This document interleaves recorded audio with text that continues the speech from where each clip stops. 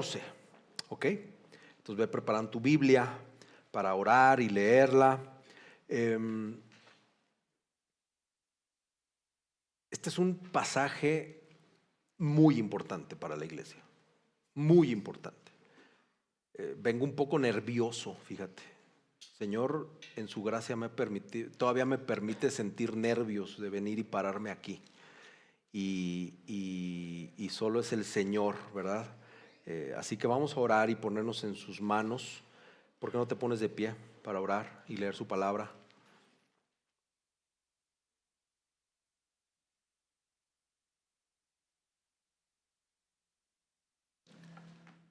Oremos, hermanos. Bendito y amado Dios, venimos delante de ti expectantes de lo que nos vas a hablar esta mañana, Señor. Queremos darte gracias por tu palabra, por tu amor. Gracias, Señor, porque eres bueno y nos has dado tu palabra revelada en las Escrituras y la tenemos al alcance, Señor. Por favor, que esta mañana seas tú quien hable a tu iglesia, Señor. Que no sea yo, que no sean mis palabras, sino que sea tu palabra, Señor, la que habla al corazón de las iglesias. Te pido esto, Espíritu Santo. Habla a nuestros corazones, transforma nuestros corazones, dirige, instruye, nutre nuestros corazones. Lo necesitamos mucho. Gracias, Señor, por tu gracia, por tu amor. Gracias, Señor. Y aquellos que pudieran estar aquí, que no te conocen, Señor, que hoy tú quieras hablar a sus vidas y abrir sus ojos espirituales, Señor. Transfórmalos, que se rindan a ti, Señor. Gracias, Padre. En el nombre de Jesús te pedimos esto. Amén. Efesios 1, hermanos, versículos del 3 al 14. Bendito sea el Dios y Padre de nuestro Señor Jesucristo, que nos ha bendecido con toda bendición espiritual en los lugares celestiales en Cristo. Porque Dios nos escogió en Cristo antes de la fundación del mundo, para que fuéramos santos y sin mancha delante de Él. En amor nos predestinó para adopción como hijos para sí, mediante Jesucristo, conforme a la buena intención de su voluntad, para alabanza de la gloria de su gracia, que gratuitamente ha impartido sobre nosotros en el amado. En Él tenemos redención mediante su sangre, el perdón de nuestros pecados según las riquezas de su gracia, que ha hecho abundar para con nosotros. En toda sabiduría y discernimiento nos dio a conocer el misterio de su voluntad, según la buena intención que se propuso en Cristo, con miras a una buena administración en el cumplimiento de los tiempos, es decir, de reunir todas las cosas en Cristo, tanto las que están en los cielos como las que están en la tierra. También en Él hemos obtenido herencia, habiendo sido predestinados según el propósito de aquel que obra todas las cosas conforme al consejo de su voluntad, a fin de que nosotros, que fuimos los primeros en esperar en Cristo, seamos para alabanza de su gloria. En Él también ustedes, después de escuchar el mensaje de la verdad, el evangelio de su salvación, y habiendo creído, fueron sellados en Él con el Espíritu Santo de la promesa, que nos es dado como garantía de nuestra herencia, con miras a la redención de la posesión adquirida de Dios, para alabanza de su gloria. Amén. Puedes tomar tu asiento. Yo quiero pedirte que cuando llegues a tu casa, agarres este pasaje, lo leas y le quites las comas y los puntos, porque originalmente es un solo enunciado que Pablo oró de un jalón. Eso es sorprendente. Yo no pude, lo intenté ahorita, pero no se puede. salvados por su gracia desde la eternidad por la obra de Cristo para alabanza de su gloria. Es mi argumento que traigo para ustedes esta mañana y de lo cual yo los quiero convencer, ¿verdad? Que somos salvados por su gracia desde la eternidad por la obra de Cristo para la alabanza de su gloria. Hermanos, no es lo que recibimos, es quién lo hizo, cuándo lo decidió, cómo lo logró y para qué lo hizo, lo que habla este pasaje. Tal vez estás esperando con ansias que hable de la predestinación, pues no es el objeto principal de este pasaje. Es la alabanza de su gloria. Así que vayamos con este segundo sermón de esta, lo que creo va a ser una fascinante serie de sermones sobre la epístola a los Efesios. Y quiero hacer una recapitulación rápida del domingo pasado, que hablamos de una introducción de la epístola, ¿verdad? Fue el primer sermón y que estuvimos solo en los versículos 1 y 2. Y vemos cómo Pablo les está hablando o escribiendo a los santos y a los fieles en Cristo Jesús, recordándoles que su identidad no está definida por la ciudad donde viven o por su cultura o por su pasado, sino por su unión con Cristo. ¿Te acuerdas? Y los bendice, ¿verdad? Le dice: gracia y paz de parte de Dios, nuestro Padre, y del Señor Jesucristo. Dos versículos que establecen el cimiento de esta carta: quiénes somos y qué hemos recibido. Y quiero que recuerdes esto del domingo pasado. Antes de cualquier llamado a la obediencia, el Evangelio nos afirma nuestra identidad y nos recuerda la provisión que tenemos en Cristo. Esto es antes de hacer. Primero ser, ¿verdad? Es el libro que por ahí muy famoso en esta iglesia, Siervos para su gloria, ¿verdad? Que se le pide a todos los servidores que lean y que básicamente habla de esto: ser antes de hacer. Entonces no somos definidos por lo que hacemos, hermanos, por lo que hacemos para Dios, sino que somos definidos por lo que Dios ha hecho por nosotros en su Hijo. Y creo que esta va a ser la pregunta de la serie, al menos de los primeros 3 capítulos. ¿Quién eres en Cristo? ¿Quién eres tú? Ahorita no hay espejos, pero si volteas para allá hay espejos. Vete en el espejo y pregúntate: ¿quién eres tú en Cristo? ¿Quién soy yo en Cristo? Va a ser una pregunta a la que hay que ir constantemente en esta serie. Y bueno, hermanos, llegamos a estos versículos del 3 al 14, donde yo creo que pues es como una montaña de las más elevadas del Nuevo Testamento. Si Pablo fuera un atleta teológico, estaría corriendo su carrera más gloriosa en este pasaje. Como les decía, en el texto original es una sola oración que tiene 202 palabras sin pausa, sin respirar. Es como una bola de nieve, ¿verdad? Que al avanzar se hace más grande. Y lo que estamos viendo es una oración que sale del corazón de aquel que era perseguidor de la iglesia, un corazón redimido, desbordándose en alabanza al Señor. Y empieza con esa declaración, ¿verdad? De bendito sea el Dios y Padre de nuestro Señor Jesucristo. Y aquí enlaza esa bendición tras otra, ¿no? A partir de ahí hablamos de una alabanza profunda y clara sobre Cristo. Y acuérdate de algo: Pablo escribe esto desde la prisión. Su cuerpo aprisionado, muy probablemente encadenado, pero su corazón estaba libre para escribir esto a los hermanos de Éfeso. Y esto ya nos enseña algo, de entradita nada más así, recordar eso. La adoración cristiana, hermanos, no depende de las circunstancias. Nuestra adoración depende de la certeza de nuestra salvación. Ahí es cuando nosotros nos desbordamos en alabanza. No importa la situación o condición en la que te encuentres.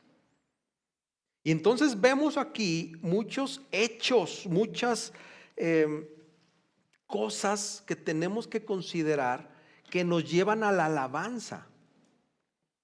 Y es un pasaje muy importante que revela verdades muy, muy trascendentales, fundamentales. Fuimos hechos para la alabanza. Ve alrededor, ve alrededor de nuestro contexto. La humanidad no tiene ningún problema para alabar cualquier cosa. Unos gritan en los conciertos, ¿no? En el Zócalo viendo a Shakira la semana pasada. Hay fans deportivos, ¿verdad? Que adecúan sus horarios. Ahí está el pastor ayer a las 12 de la noche viendo la Fórmula 1, ¿no? O sea, los fans adecúan sus horarios y además pagan mucho dinero, ese sí no soy yo, para ir al mundial, ¿verdad? Todos alaban algo. Adúlteros alaban a sus amantes. Consumidores alaban sus tiendas favoritas. Otros alaban sus proyectos laborales. Otros alaban sus series de televisión. Los padres presumen a sus hijos.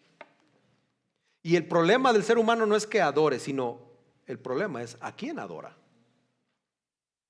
Si tú quieres descubrir lo que alguien adora, no solamente fíjate en lo que está diciendo, fíjate y observa lo que más ocupa su mente, su cuerpo, su tiempo.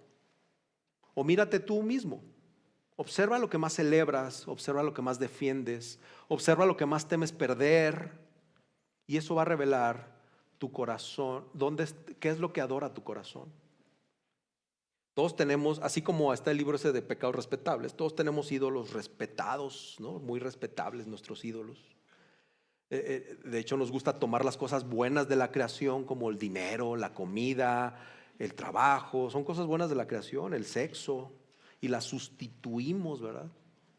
Ponemos estas cosas por encima de nuestro Creador, de nuestro Redentor. Y agarramos cosas buenas y las convertimos, cosas buenas que vienen de Dios, y las convertimos en idolatría. Romanos 1 enseña cómo el pecado fundamental del hombre es cambiar la gloria del Creador por la creación. Y recuerda esto, todo pecado en el fondo es un problema de adoración mal dirigida. El pecado es adoración mal dirigida. Inclusive, hermanos, lo hemos dicho aquí, podemos tener un concepto o cometer idolatría al tener una visión equivocada de Dios. Dios no puede ser adorado según nuestra imaginación. Dios tiene que ser adorado según su revelación. No estamos adorando a un Dios que preferimos. Deberíamos estar adorando al Dios que se ha revelado en su palabra. En aquella ciudad en Éfeso se adoraba a la diosa Artemisa o Diana, al emperador. Había muchos ídolos, ¿verdad? Pero hoy estamos exactamente igual, solo que le ponemos otros nombres. Pero el corazón humano es exactamente el mismo. Entonces, otra vez, la pregunta no es si adoras, es ¿a quién adoras? Y este pasaje nos llaman a alabar al Dios Trino, por quién es Él y por lo que ha hecho. Entonces hay un lenguaje aquí de alabanza. Y vemos conceptos como la elección, la predestinación, que tenemos que reconocer que han generado debates innecesarios. Y así que hay que tener mucho cuidado para no perder el espíritu de este texto. Pablo no escribió para discutir. Pablo escribió esto, donde incluye la elección y la predestinación, para adorar. Simplemente vemos cómo empieza el texto. Y comienza con la alabanza en el versículo 3 y termina con la alabanza en el versículo 14, y repite una idea que es trascendental para darle el contexto a este pasaje. para alabanza de la gloria de su gracia, versículo 6. A fin de que, dice el versículo 12, seamos para alabanza de su gloria. Y el 14, para alabanza de su gloria. Ahí está el punto del pasaje. Hermanos, la salvación no tiene como fin último nuestra comodidad, sino la gloria de Dios. Y luego vemos a toda la Trinidad involucrada. Esto es maravilloso en nuestra salvación. El Padre nos elige y nos predestina. El Hijo nos redime y nos revela el misterio de su voluntad, y el Espíritu nos sella, nos garantiza esa herencia. ¿Ven? Todas las bendiciones espirituales, a veces nos quedamos cortos en orar y en adorar al Señor, y algunos te dicen, fíjate en las maravillas del Evangelio, y tú te quedas, ay Dios, ¿cuáles son las maravillas del Evangelio? Aquí las tienes, elección, predestinación, redención, la revelación del misterio de su voluntad, el sello y la garantía del Espíritu Santo en nosotros. ¡Wow! Y todas estas bendiciones están en la persona de Jesucristo.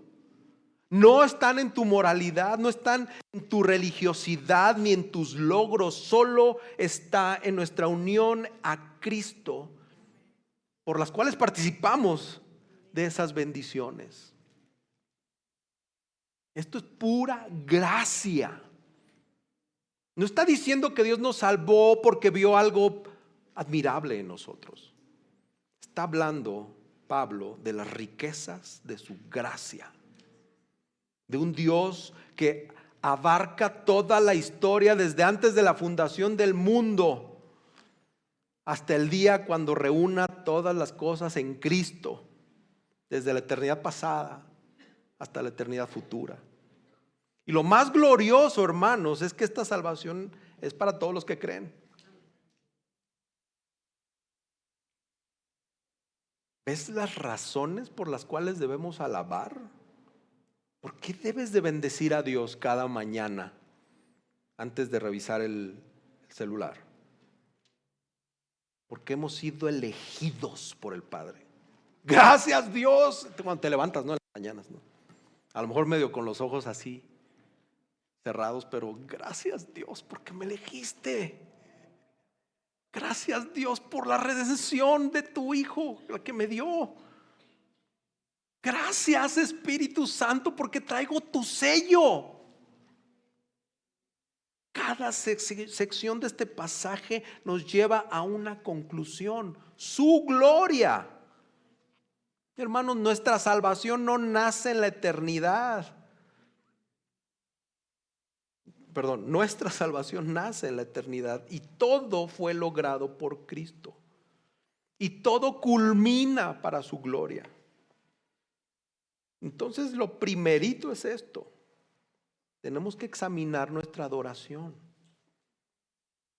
Si toda la salvación tiene como fin la gloria de Dios, entonces debemos preguntarnos sí o sí: ¿para qué vivo?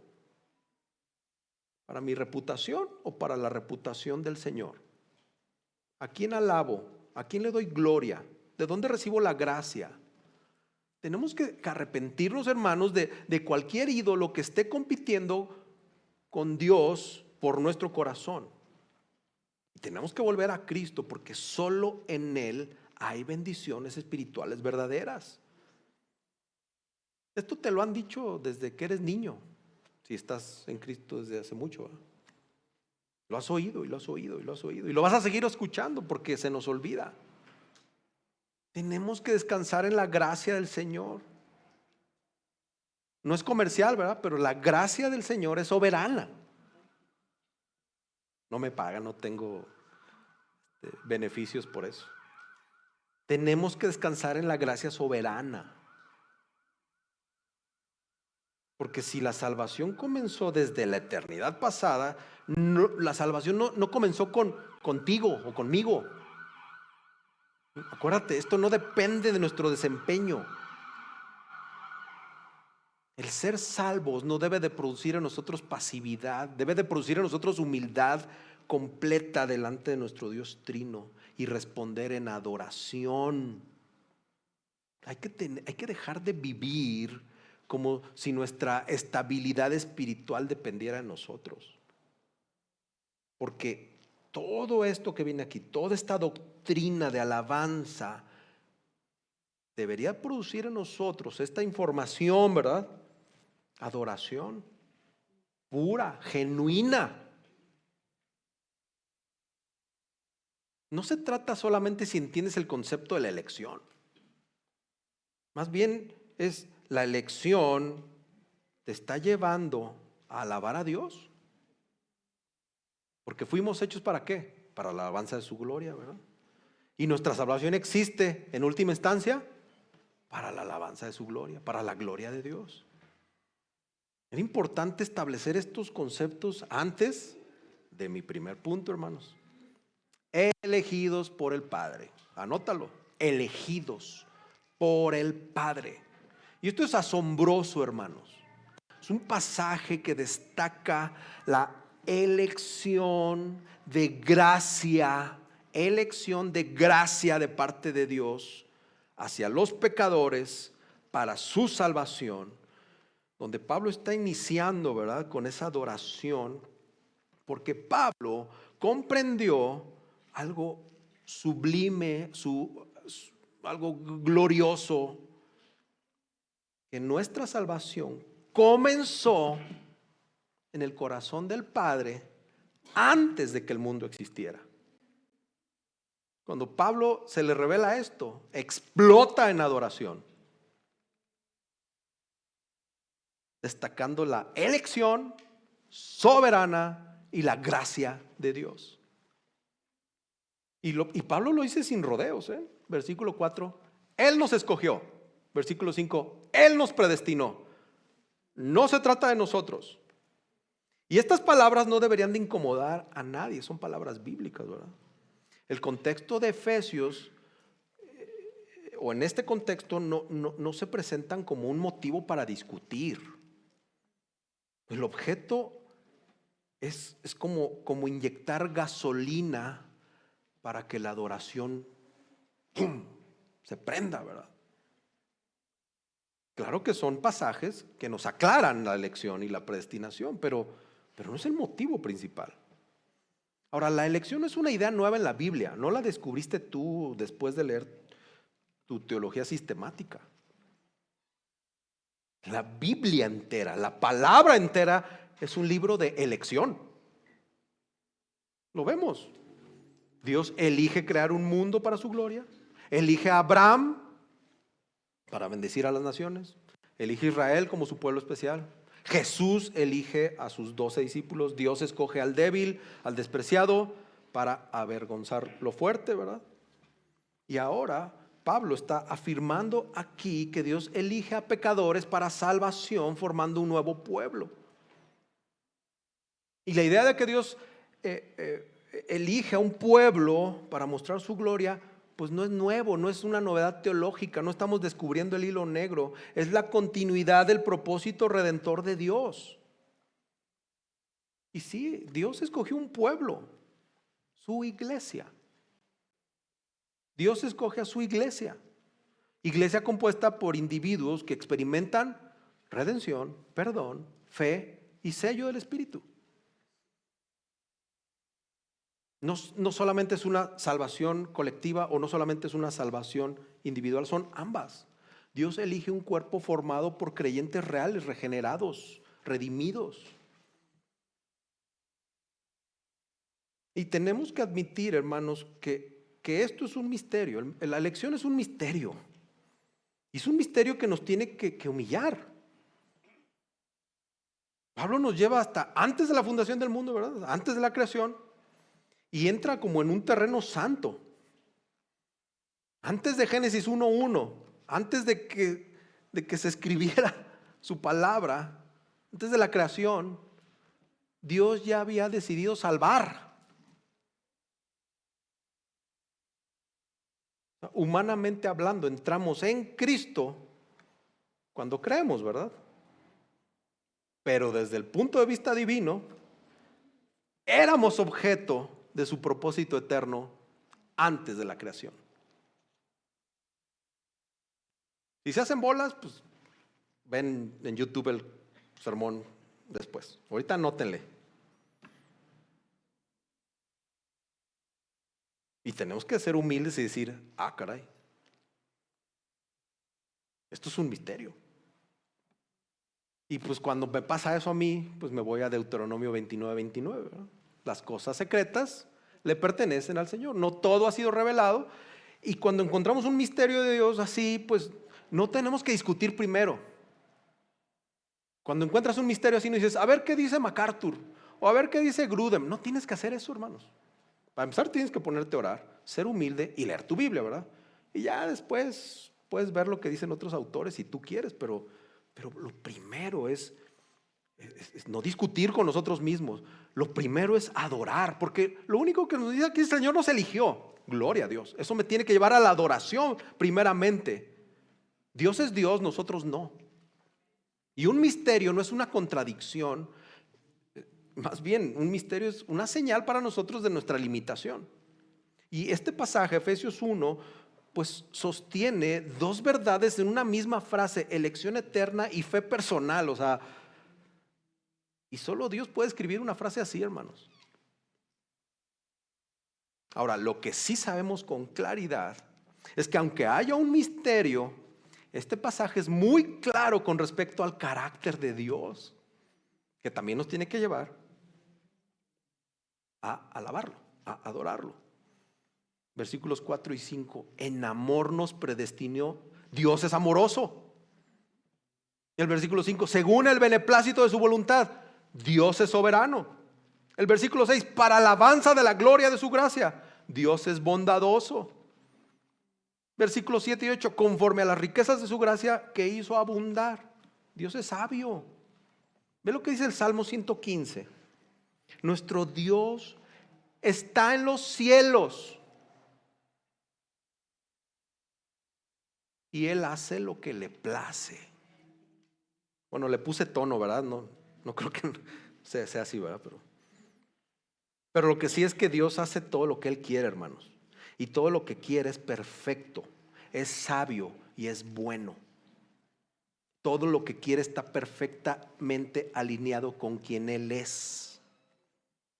El Señor no nos eligió porque vio algo bueno en ti o en mí.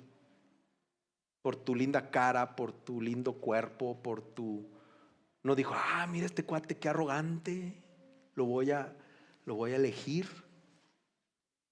No fue por previsión de méritos, ni siquiera fue por tu fe.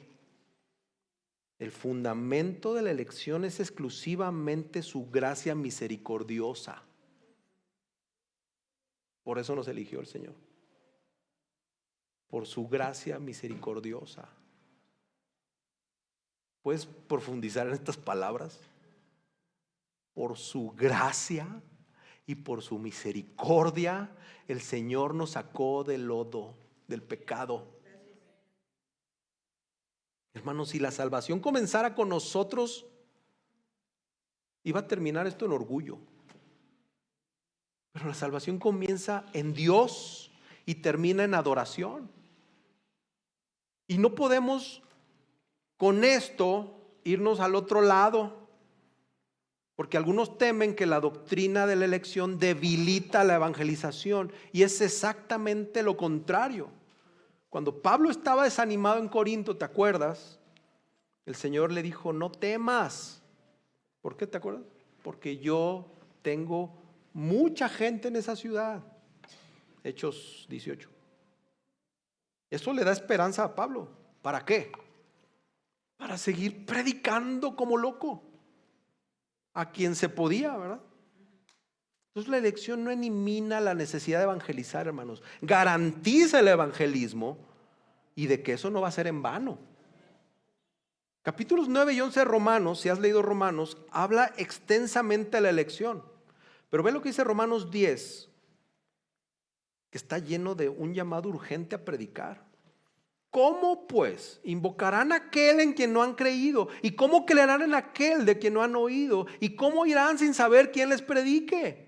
¿Y cómo predicarán si no son enviados? Tal como está escrito, cuán hermosos son los pies de los que anuncian el evangelio del bien.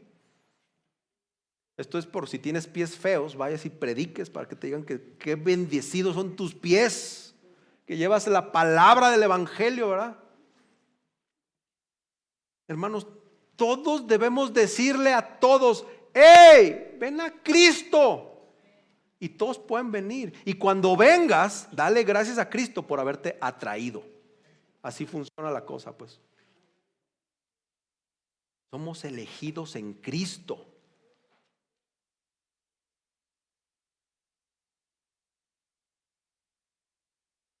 Ya se me movió aquí. Somos elegidos en Cristo. No estamos aparte de Cristo. No estamos paralelamente a Cristo.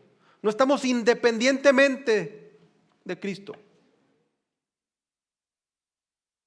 Cristo, el Hijo, en quien el Padre tiene complacencia, ¿verdad? Todas las bendiciones vienen en el amado. Y Dios no decreta todo esto fuera de Cristo. Es decir, no hay elección a medias. Hay elección solo con la unión en el Hijo. Toda la gracia de Dios nos viene directamente y únicamente en el Hijo. Hay un autor que me gusta mucho que se llama F.F. Bruce, ya murió. Dice: Cristo es el fundamento, el origen y el ejecutor de la elección. Entonces, ¿cuál es el objetivo de la elección, hermanos? Lo primero es santidad, para que fuéramos santos y sin mancha delante de Él, versículo 4. Entonces, la elección no solamente es para salvarte del infierno y que ardas ahí en el infierno, sino toda la gracia de Dios viene por el Hijo. Y no solamente es eso, ¿verdad? Para sacarnos del infierno, es para conformarnos a Cristo. Es decir, ya somos santos de manera posicional en Cristo, pero ahora debemos vivir como santos en la práctica. Va a haber una glorificación futura y esa va a ser la culminación de la santificación. Pero todo eso el Espíritu Santo lo obra hoy, desde hoy. Es decir, la elección no es licencia para pecar. La elección es garantía de nuestro proceso de transformación. Entonces, una vida que no busca santidad no ha entendido el propósito de la elección. Otro objetivo de la elección es la adopción. Dice el versículo 5: nos predestinó para adopción como hijos. Aquí Pablo todavía se avienta como una mini teología sistemática de la adopción chiquitita, ¿verdad? ¿Y qué significa esto de que nos predestinó para adopción como hijos? Significa recibir el estatus pleno de hijos maduros, con todos los derechos y los privilegios. Como si tú tuvieras 3 chamacos de 14, 15 y 16 y a los 3 les dijeras: ustedes ya son maduros. Toma las llaves del coche, aquí está mi tarjeta de débito y la American Express. No, toma. Así ya, así bien madurotes, ¿no? 13, 14 y 15, imagínate. Pero así el Señor nos posiciona de esta manera, con un estatus pleno de hijos maduros, y tenemos todos los derechos, todos los privilegios. ¿Te acuerdas cuál es el contexto de la adopción en la antigua Roma? Adoptaban a alguien y le daban identidad, le daban herencia, le daban una posición irrevocable. Eso dice mucho, ¿verdad? Es más, si tú adoptas un hijo, le das tu apellido, le das tu lana, le das tu tiempo, todo, tus canas y todo. Estas canas son por ustedes, ¿no? Cuando tú adoptas a alguien, eso pasa, ¿verdad? Y Pablo dice: ey, eso no es nada comparado con ser adoptado por un Padre celestial. Eres adoptado y ahora podemos clamar: Abba, Padre, con confianza, con naturalidad, como cuando vas con tu papá y lo abrazas y le dices: ¿me das algo? Un chocolate, y tu papá te dice: sí, te lo doy. Vamos a ir así. Hermanos, Dios no adopta hijos porque los necesite, los adopta porque los ama. Y otra vez, ¿cuándo decidió esto? Antes de la creación. Si tú eres hijo de Dios, tú estás aquí con ese propósito. de anunciar eso, porque eso se hizo efectivo por medio de Jesucristo. Solo en Cristo entramos a esta relación de padre e hijo. Hemos sido agraciados por el amado, versículo 6. Cuando ves a alguien y dices, este está agraciado, o sea, no está tan peor. Somos agraciados en el amado. Estamos envueltos en el mismo amor que el Padre tiene por Cristo. ¿Puedes pensar esto? Yo no, se me va a la mente. Pero me lleva a adorar a Dios, porque soy un miserable pecador. Lo sigo siendo. Y que Dios me ponga posicionalmente en su amor como tiene su amor por Cristo. Y versículo 5, ¿por qué hace todo esto Dios? Conforme a la buena intención de su voluntad. Porque le agradó, porque quiso, porque su gracia es gloriosa.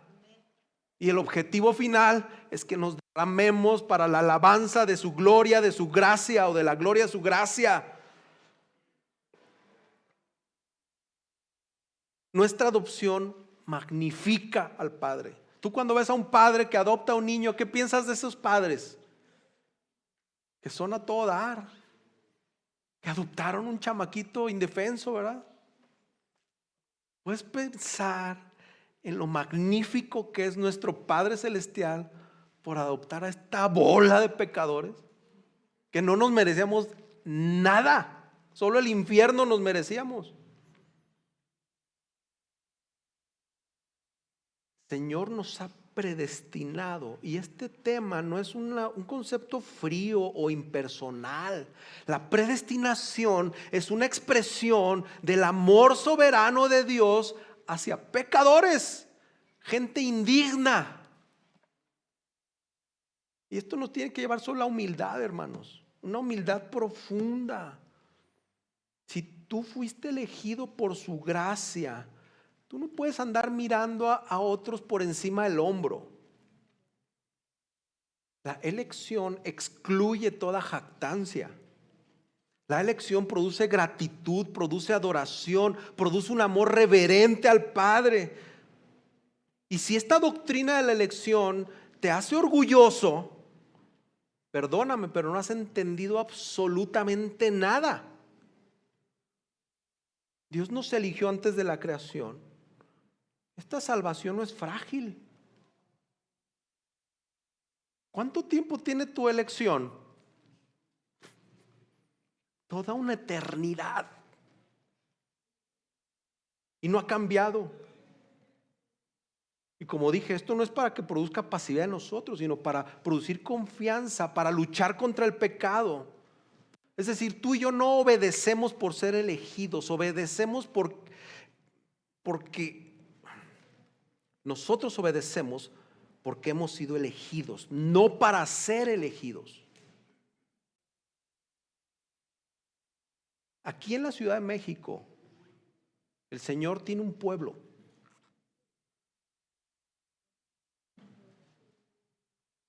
Así como se le dijo a Pablo que allá hay un pueblo y tiene mucha gente, aquí el Señor también tiene mucha gente elegida por Él.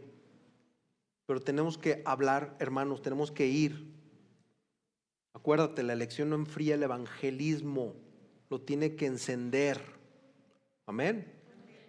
Acuérdate, Dios nos eligió, nos predestinó, nos adoptó, nos agració en el amado. ¿Y esto para qué? Para la alabanza de su gracia.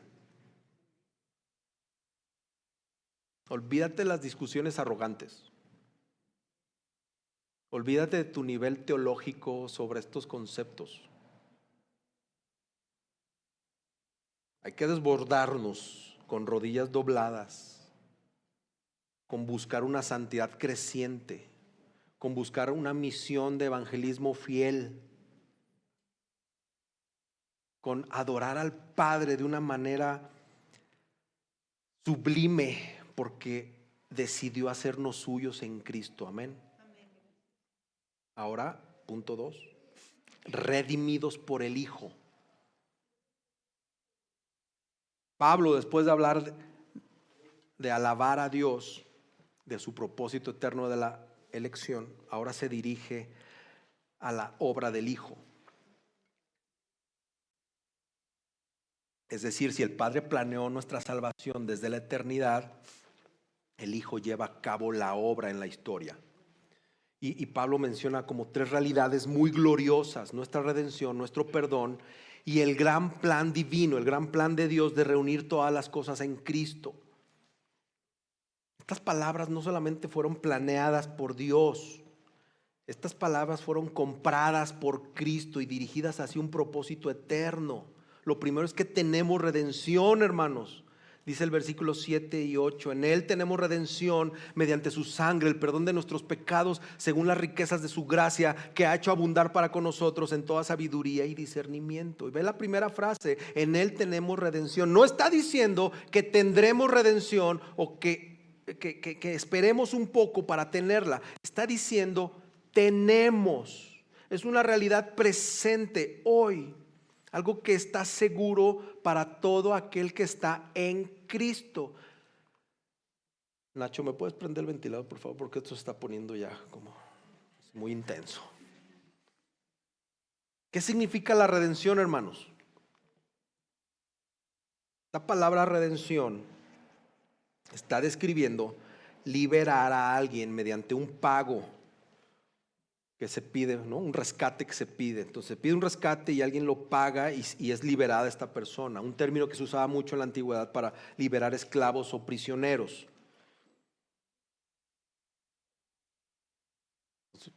Piensa en los judíos de aquella época. Hablar de redención revocaba inmediatamente a esos pensamientos del Éxodo, ¿verdad? Dios redime a Israel de la esclavitud de Egipto, los libera con mano poderosa. Y no sé si te acuerdas de Éxodo 15, de cómo después de cruzar el Mar Rojo y ser liberados, el pueblo canta, ¿verdad? Tiene un cántico de redención. Y de la misma manera, hermanos, el Evangelio nos dice que nosotros también hemos sido liberados. ¿De qué? De una esclavitud mucho más profunda, que es la esclavitud del pecado. Ve lo que dice Pablo a los Colosenses 1, 13 y 14. Porque Él nos libró del dominio de las tinieblas y nos trasladó al reino de su Hijo amado, en quien tenemos redención, el perdón de los pecados. Antes de Cristo nuestra condición era de esclavitud al pecado, pero en Cristo hemos sido liberados. Y esta redención tuvo un precio. Esta libertad no fue barata. Pablo dice en el 7: en Él tenemos redención mediante su sangre. Esto hace una referencia puntual y clara sobre la muerte sacrificial de Cristo en la cruz. El rescate que nos liberó fue la vida misma del Hijo de Dios. Primera de Pedro 1 lo expresa todavía con más claridad. Ustedes saben que no fueron redimidos de su vana manera de vivir heredada de sus padres con cosas perecederas como oro y plata, sino con sangre preciosa como de un cordero sin tacha y sin mancha. ¿Cuál? La sangre de Cristo. Hermanos, la cruz fue el precio de nuestra libertad. Jesús tomó nuestro lugar, llevó nuestros pecados, pagó nuestra deuda. Entonces la redención trae perdón, incluye el perdón. Dice el versículo 7 también: el perdón de nuestros pecados. No solamente nos liberó del poder del pecado, sino también nos liberó de la culpa del pecado. ¿Acuerdas aquel paralítico, verdad? Que le llevan a Jesús en Marcos 2. Y Jesús le dice: hijo, tus pecados te son perdonados. Y todos se escandalizaron, los legalistas, los líderes religiosos de ahí. ¿Cómo puede perdonar pecados? Solo Dios puede. Pero Jesús les estaba demostrando justo eso, que Él tiene la autoridad divina para perdonar pecados. Entonces el perdón de pecados es uno de los regalos más gloriosos del Evangelio, obtenido a través de la redención. Y hay un salmo, para todo hay un salmo, un proverbio. Salmo 130, 3 y 4. Señor, si tú tuvieras en cuenta las iniquidades, ¿quién, oh Señor, podría permanecer? Gloria a Dios por esta frase. Pero en ti hay perdón para que seas temido. Hermanos, esta es una verdad que tiene que transformar nuestra adoración. No hay vuelta de hoja. Yo quiero ser muy respetuoso con esto, ¿verdad? Pero ¿cómo adoras al Señor? De lunes a domingo, cuando estás consciente y despierto, ¿cómo lo adoras? Pareciera una muestra, solo es una apreciación mía, que como lo adoramos aquí en la iglesia, tuviera cierta relación, ¿verdad? Pareciera, solo es mi apreciación. Pero estas verdades tienen que transformar nuestra adoración completa. Porque el que entiende cuánto ha sido perdonado, ama profundamente a Cristo. Se desborda por ese amor hacia Cristo. Acuérdate aquella mujer pecadora, Lucas 7, que se desbordó, que ungió a Jesús. Y Jesús le dice: sus pecados, son muchos sus pecados que han sido perdonados, porque ella me amó mucho, ¿no? Me amó mucho. Si tu adoración global, total, es fría, si tu corazón es indiferente a Cristo, quizá te has olvidado que el Señor te ha perdonado un montón de cosas. Y el Evangelio, hermano, nos llama a ver nuevamente la cruz y recordar que nuestra libertad costó sangre, y la sangre preciosa del Hijo de Dios. Y esto solamente es posible por su gracia. Si el domingo pasado había como 4 sermones en esos versículos, aquí hay como 48.6 sermones en este pasaje. O sea, es tremendo. Pero esto solo lo hizo posible la gracia, hermanos. Según las riquezas de su gracia. ¿De qué tamaño es la gracia de Dios? Es rica, su gracia es millonaria en bitcoins, así. Impresionante su gracia. Porque no dice simplemente gracia, dice las riquezas de su gracia. Está hablando de una gracia abundante, de una gracia extravagante, sobreabundante. Nuestra redención, otra vez, no fue por nuestra bondad, fue por la riqueza de la gracia de Dios. Y esto, ¿cómo se empieza a ver reflejado en uno, en ese que fue salvado por la riqueza de la gracia de Dios? La gracia también nos da sabiduría, hermanos. Dice Pablo en el 8, ha hecho abundar su gracia en toda sabiduría y discernimiento. La gracia no solo nos perdona, también nos capacita, nos hace entender el propósito de por qué vivimos, y lo hacemos conforme a Él. El Evangelio, además de cambiar nuestro destino eterno, transforma nuestra forma de entender la vida. Por eso el cristiano es diferente. Hubo una revelación del plan de Dios en todo esto. Ve el versículo 9 y 10. Nos dio a conocer el misterio de su voluntad, con miras a una buena administración en el cumplimiento de los tiempos, es decir, de reunir todas las cosas en Cristo, tanto las que están en los cielos como las que están en la tierra. Y este es un punto culminante en este pasaje. Dios nos reveló su plan eterno, siendo nosotros quienes somos, pero como ya nos redimió y nos ama con el mismo amor que ama a su Hijo, nos ha revelado sus cosas, sus secretos. Un misterio no es incomprensible, solo es algo que estaba oculto y que ahora ha sido revelado. Siglos pasaron en el Antiguo Testamento, donde el plan de Dios solamente se veía de manera parcial, Pero ahora en Cristo, ese plan ha sido revelado con claridad. Por eso somos sumamente bendecidos nosotros los mexicanos y que vivimos en esta época, ¿verdad? Porque tenemos toda la palabra completa, absoluta. ¿Y cuál era el plan del Señor? Reunir todas las cosas en Cristo. El propósito final de Dios era recapitular, era reunir todo el universo bajo la autoridad de Cristo. Que Cristo fuera reconocido como el Señor supremo de toda la creación. Tristemente hoy el mundo está fracturado, ¿verdad? Por el pecado. La creación sufre, pero gloria a Dios que un día todo va a ser restaurado, hermanos. Y todo bajo el gobierno perfecto de Cristo. Empiezas a profundizar en por qué debemos de adorar a Dios. Nos tiene que cambiar la perspectiva este sermón, hermanos. Y no por lo que yo diga, por lo que dice la palabra.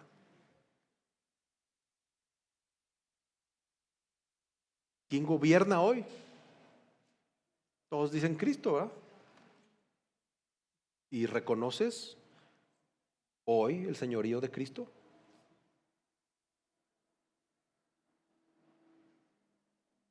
Cristo pagó el precio de nuestra redención, acuérdate, y lo hizo con su sangre.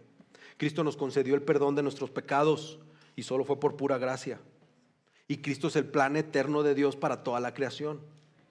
Entonces, esto nos invita a alabar al Hijo que nos redimió. Punto 3. Asegurados por el Espíritu. O sea, esto va creciendo. Esto es todavía más maravilloso, si lo podemos decir así. Describe la elección del Padre, la redención del Hijo. Y ahora Pablo nos lleva como a una tercera, ¿verdad?, dimensión de esta gran obra de salvación. La seguridad que Dios nos da por medio del Espíritu Santo. Dice el versículo 11, también en Él hemos obtenido herencia, habiendo sido predestinados según el propósito de aquel que obra todas las cosas conforme al consejo de su voluntad. Esto es extraordinario, es una afirmación extraordinaria, porque los creyentes no solamente recibimos una herencia, nosotros somos la herencia de Dios. Y desde el Antiguo Testamento Dios hablaba a su pueblo como su posesión especial. Entonces nuestra salvación no es un accidente, no es la reacción improvisada de Dios. Nuestra salvación es el resultado de un plan eterno. Dios obra todas las cosas conforme al consejo de su voluntad. Nada de nuestra salvación fue al azar, ni derivado de la fuerza o del propósito humano. Todo descansa en el propósito soberano de Dios.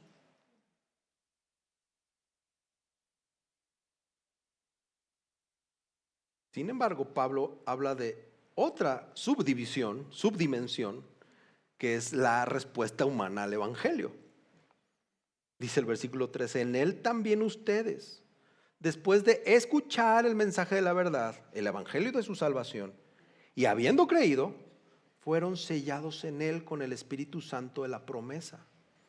Y este es otro misterio del Evangelio. Dios soberanamente planea la salvación, pero las personas reciben, o sea, como si fuera el procedimiento, ¿verdad?, esa salvación cuando oyen el Evangelio y creen en Cristo. Romanos 10 lo dice así, la fe viene del oír y el oír por la palabra de Cristo. Es decir, nadie es salvo por tradición, por cultura o por religión. La salvación llega cuando el Evangelio es escuchado y creído. Por eso Pablo le llama al Evangelio la palabra de la verdad. El Evangelio es la verdad que salva. Y hoy este mundo está lleno de mentiras espirituales. Hay que tener cuidado.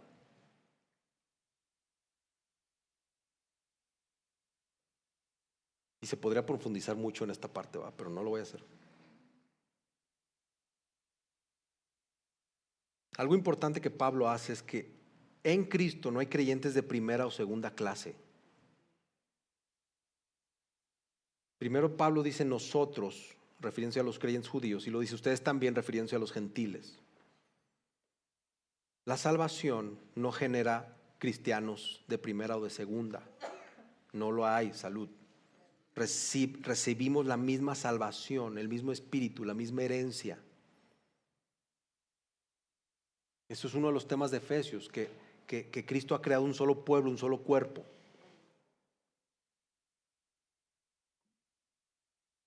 Y algo importante, hermanos, es ese sello del Espíritu.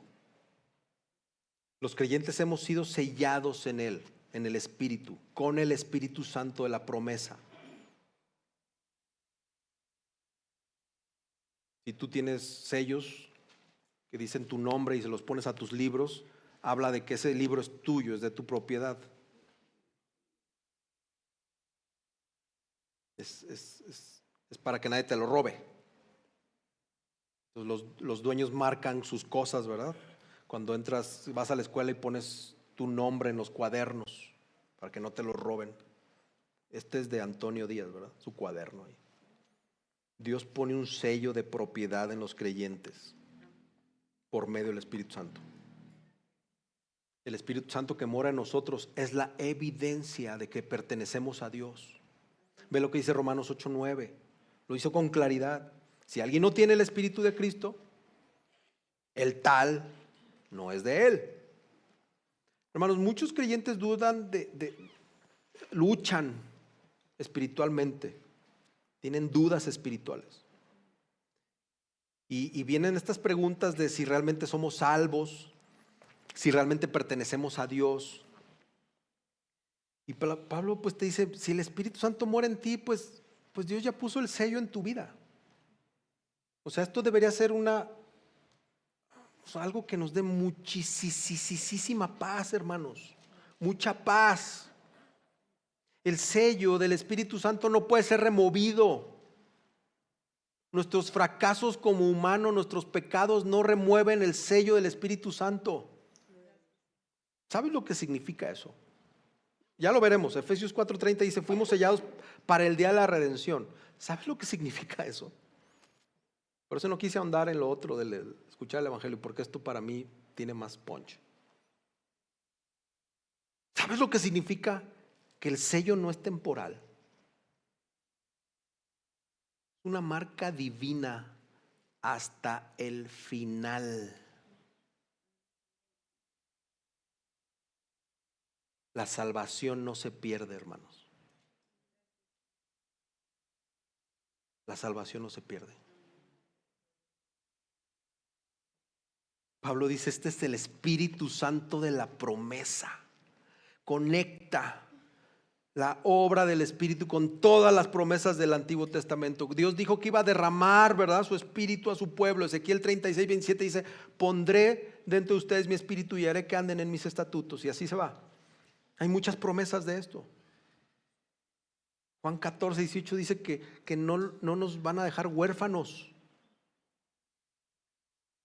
Esto es muy alentador para nosotros hoy, hermanos. Dios no solo nos salvó, Dios también vino a habitar en nosotros. El Espíritu Santo no es una influencia espiritual ahí, algo que nada más para cuando lo ocupas. El Espíritu Santo es la presencia personal de Dios en la vida del creyente. En otro capítulo, en el capítulo 3, Pablo dice, fortalecidos con poder por su Espíritu en el hombre interior. Hermanos, hay una garantía en todo esto. Dice el versículo 14, la garantía de nuestra herencia. Hubo un pago, hubo un depósito en garantía. ¿Cuántos han hecho depósitos en garantía? ¿No? Van a hacer una transacción y dan un depósito que garantiza la transacción, ¿verdad? Por eso los novios cuando se casan y que dicen, no, es que yo quiero que haya arras, ¿verdad? ¿Qué es lo que está haciendo el novio? Está haciendo un simbolismo de que le está dando lana, ¿verdad?, a la mujer. Mira, mi reina, de oro puro, sólido, ¿verdad?, las arras. Me comprometo contigo a darte mis quincenas, chiquita. En otras palabras, pues, ¿no? No caso así, no se crean, no. Soy más bíblico cuando caso. Pero es como si el novio da un depósito en garantía. Un anticipo. Y todavía voltea el novio a ver al suegro. Y le hace, mira, le doy dinero. Es un depósito en garantía por esta muchachona que me diste. Es un símbolo que le va a dar manutención siempre, que le asegura, ¿verdad? Es muy parecido. El Espíritu es el anticipo de la gloria futura. Dice Romanos 8:23 que tenemos las primicias del Espíritu mientras esperamos la redención final. El Espíritu Santo es tener aquí un pedazote de cielo en nosotros adentro. El cielo presente aquí. Cada vez que el Espíritu Santo transforma un corazón, cada vez que el Espíritu Santo produce santidad, cada vez que el Espíritu nos da gozo en Cristo, estamos experimentando un anticipo de esa herencia eterna, hermanos. Y Pedro, ¿verdad?, dice que es una herencia incorruptible, inmaculada, que no se marchita, que está reservada en el cielo para ustedes. Hermanos, nuestra salvación no está suspendida en la incertidumbre, en tu comportamiento, en tus obras. Tu salvación está asegurada por Dios mismo. El Padre lo planea, el Hijo lo compra, pero el Espíritu lo garantiza, hermanos. Por eso nuestra salvación no se pierde. No hay manera. Decir que nuestra salvación se pierde es ir en contra de esta enseñanza. Y no hay manera que pueda refutar que esta salvación se pierde, porque no es así. La palabra nos dice, este sello es garantía.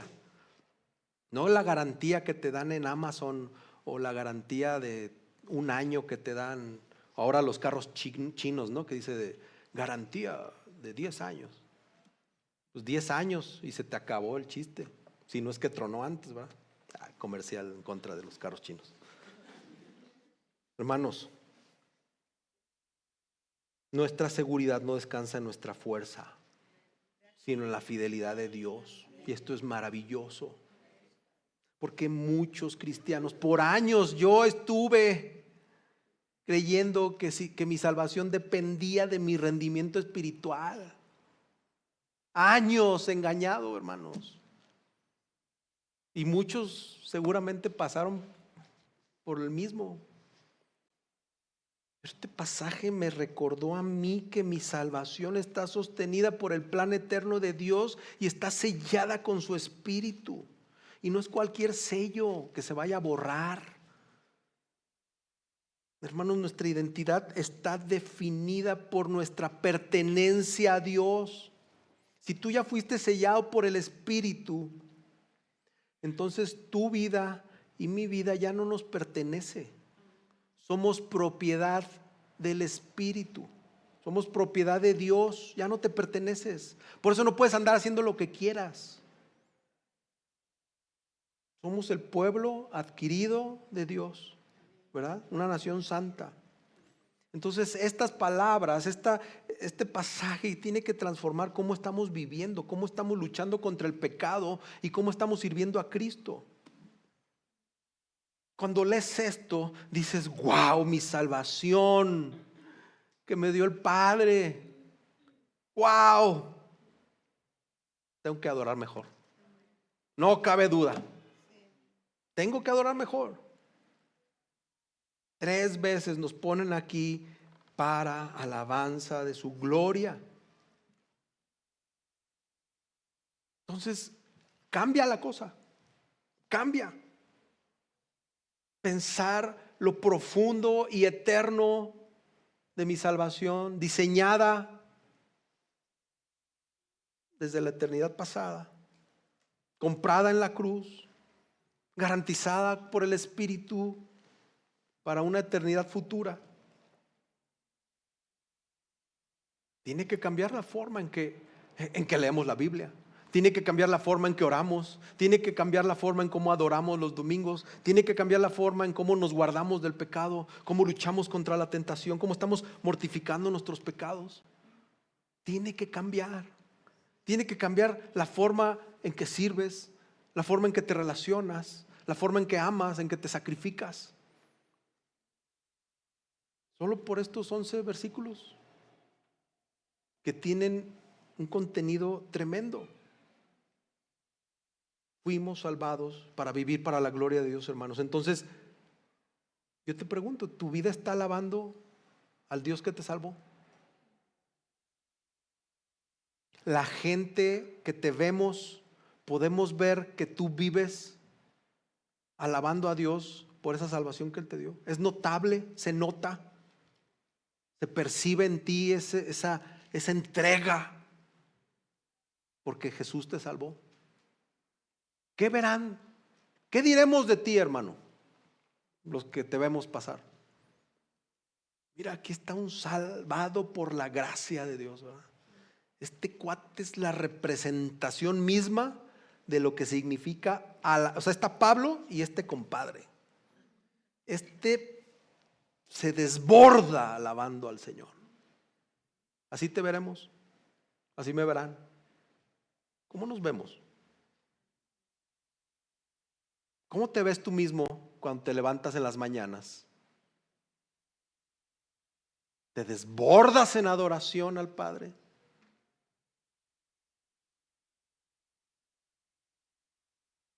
¿Te hace vibrar, llorar, postrarte y decir: Señor, gracias? Gracias por sellarme, por mantenerme hasta la eternidad a tu lado.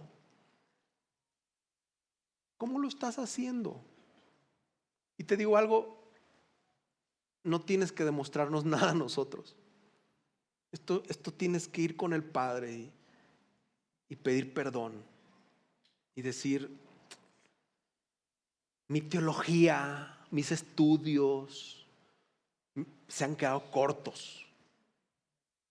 Me he dedicado más a pelear por la predestinación, por la elección, que no sé qué, que no sé cuál, que desbordarme. Pablo nos está dando esa cátedra de adoración por tener un corazón redimido. ¿Y nosotros cómo estamos, hermanos?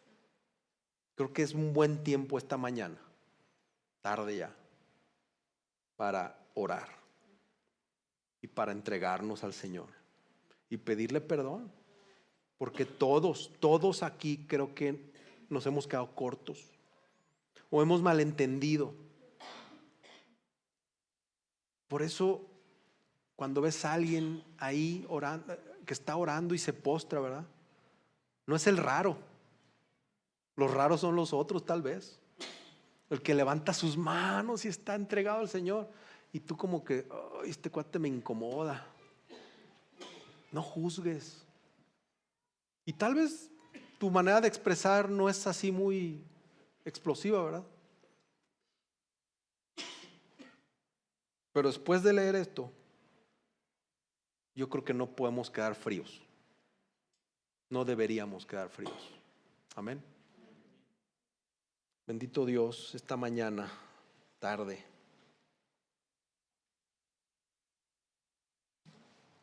queremos pedirte perdón, como cada domingo, como cada día, Señor.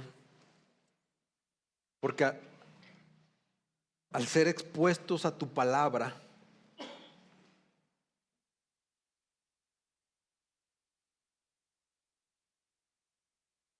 quedamos humillados, Señor.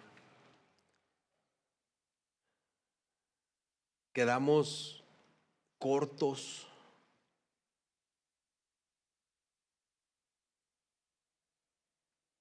Y a veces, Señor, solo estamos esperando que en nuestra vida haya sucesos extraordinarios para desbordarnos en alabarte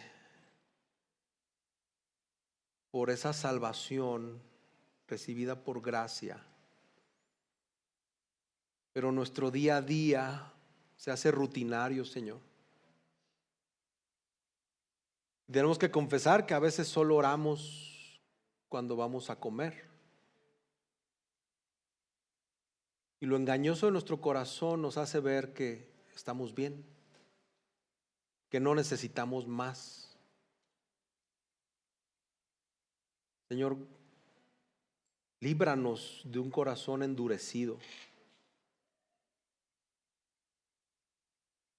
Te pedimos en el nombre de tu Hijo Jesús que tengamos un agradecimiento profundo por tu gracia, por tu salvación, porque habiendo muchos, miles que fueron elegidos no para estar una eternidad a tu lado, deberíamos de volcarnos en agradecimiento por habernos elegido para estar una eternidad a tu lado, vivos, conscientes, viéndote. Señor, que la obra redentora de nuestro Señor Jesucristo provoque en nosotros un desbordamiento en alabanza para ti. Que dejemos de mirar alrededor, sino vernos a nosotros mismos y profundizar en cómo estamos haciendo las cosas, cómo estamos apreciando esta obra tuya perfecta, sublime, eterna. Haznos profundizar en todo lo que vimos hoy, pero Señor, que no quedemos igual.